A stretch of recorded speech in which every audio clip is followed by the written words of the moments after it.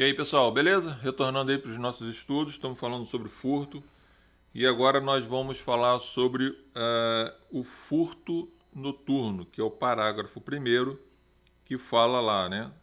O artigo 155 do Código Penal fala: subtrair para si ou para outro e coisa alheia móvel. Parágrafo primeiro.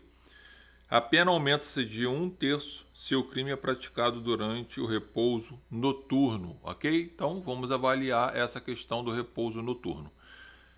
Bom, primeira coisa que a gente tem que definir, né, o que é repouso noturno, porque a lei não fala o que é repouso noturno para a gente. E a doutrina sempre se discutiu sobre esse assunto, jurisprudência e por aí vai, e se tinha algumas ideias que se lançavam. Uma delas, eu coloquei aqui 3 possibilidades, e a gente vai ver aqui predomina.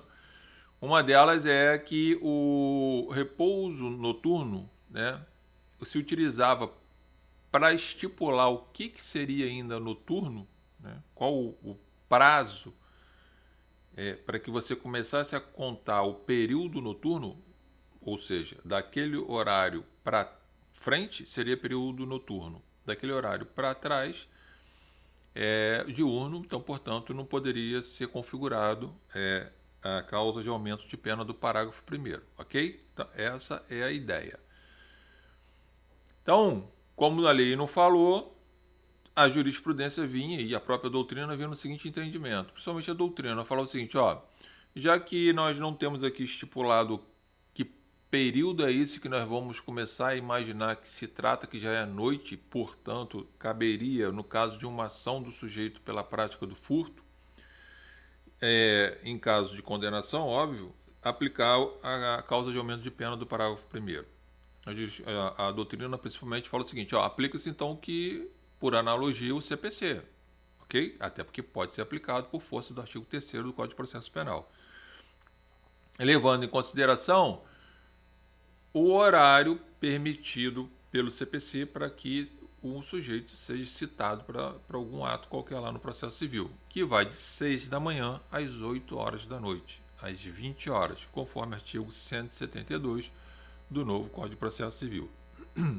Então, a doutrina entendia principalmente isso, olha, nesse horário não pode ficar caracterizado o crime de furto com a majorante da pena do parágrafo primeiro. Caracteriza o furto simples lá, sem a majorante. Então o sujeito entrou na casa do cara às 19h30, furtou lá uma bicicleta, um rádio, um som, seja lá o que for, e foi preso em flagrante posteriormente. Ah, beleza. O sujeito foi condenado? Ah, tá, foi condenado. Tá ok. Vai aplicar o parágrafo primeiro? Por essa hipótese aqui, não, porque foi às 19h30 que ele foi pego. Portanto, antes das 20 horas. Isso ficou ainda muito vago, a doutrina questionava e tal. Veio uma segunda doutrina, né, um segundo posicionamento e falou, ó, seguinte, enquanto tiver claridade natural, vai ser considerado dia, portanto não será considerado noite e não será aplicado, obviamente, o parágrafo primeiro, em caso do cometimento do crime que o sujeito depois venha a ser pego e condenado. Mas aí nós temos o problema do horário de verão, né? O horário de verão trazia essa questão. Às vezes aqui no Rio de Janeiro, 8 horas da noite, 8h30 ainda estava claro ainda. Então, começou-se a questionar isso. Ficava muito aberto, né? Ficava uma coisa meio sem parâmetro fixado. E isso é ruim, porque você deixa muito no subjetivismo, né?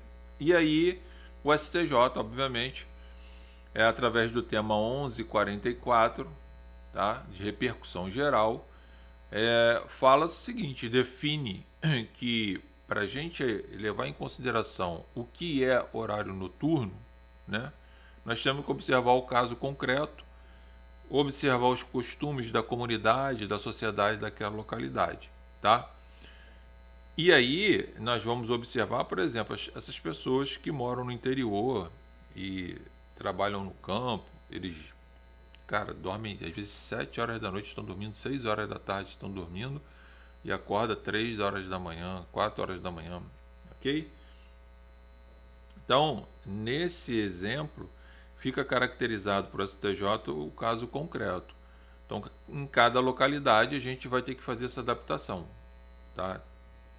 No interior, que o sujeito lá dorme cedo, ele vai ser considerado, se for 6 horas da noite, por exemplo, ele estiver lá já dormindo, porque acorda 2, 3 horas da manhã para fazer o trabalho dele, e ele está totalmente desprotegido e as coisas dele não tem nenhuma, não está vigiada, exatamente porque ele está relaxado, dormindo, enfim. Nesse caso, ficaria configurado a ideia do crime, né, de furto com a aplicação do parágrafo 1º em caso de condenação, mesmo sendo anterior às 20 horas, tá? Em razão do que? Da localidade, dos costumes daquela comunidade, né? Da vida cotidiana deles, tudo isso é levado em consideração. Eu acho isso interessante, particularmente acho justo, né? Você não vai poder fazer isso provavelmente numa cidade grande, que as pessoas costumam dormir mais tarde, às vezes acordam um pouco mais tarde, enfim, e já é diferente, mas vai ter que ser observado o caso concreto, tá? Vamos dar uma olhada aqui referente ao que o STJ fala, tá? Nós temos aqui, ó, recurso repetitivo, tá?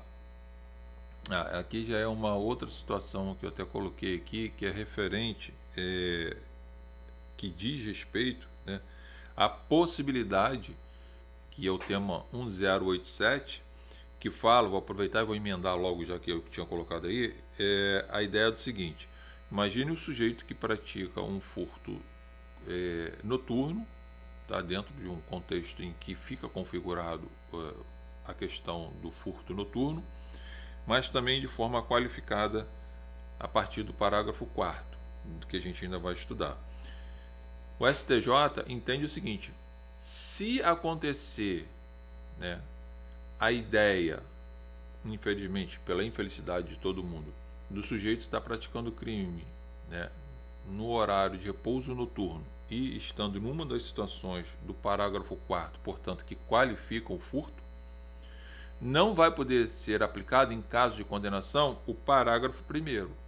Por quê? Porque eles entendem que é uma desproporcionalidade e principalmente por questões topográficas em que está inserido aqui o parágrafo 1º, que é a repressão com aumento de pena pelo furto ter sido praticado à noite.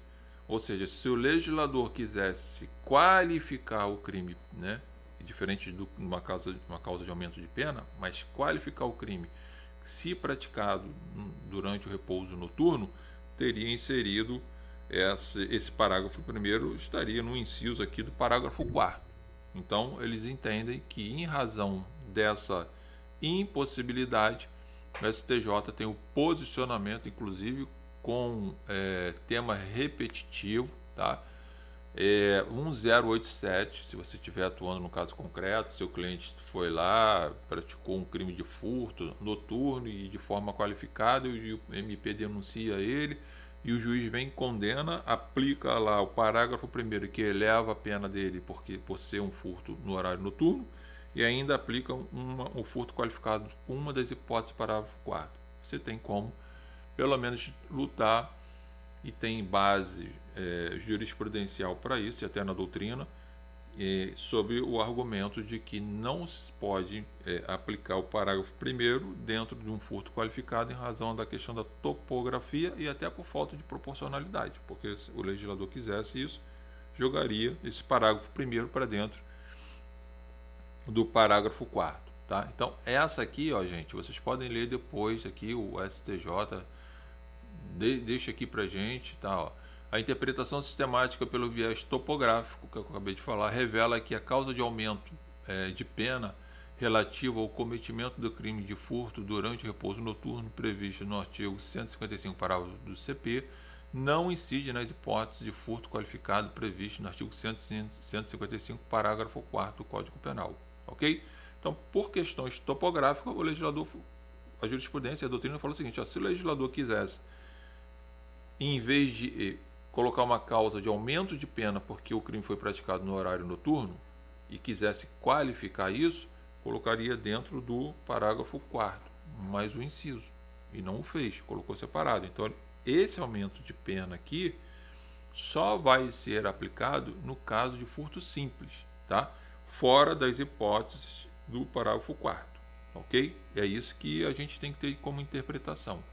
O STJ vem e deixa claro isso pra gente aqui, depois você vai poder ler todo o acórdão aqui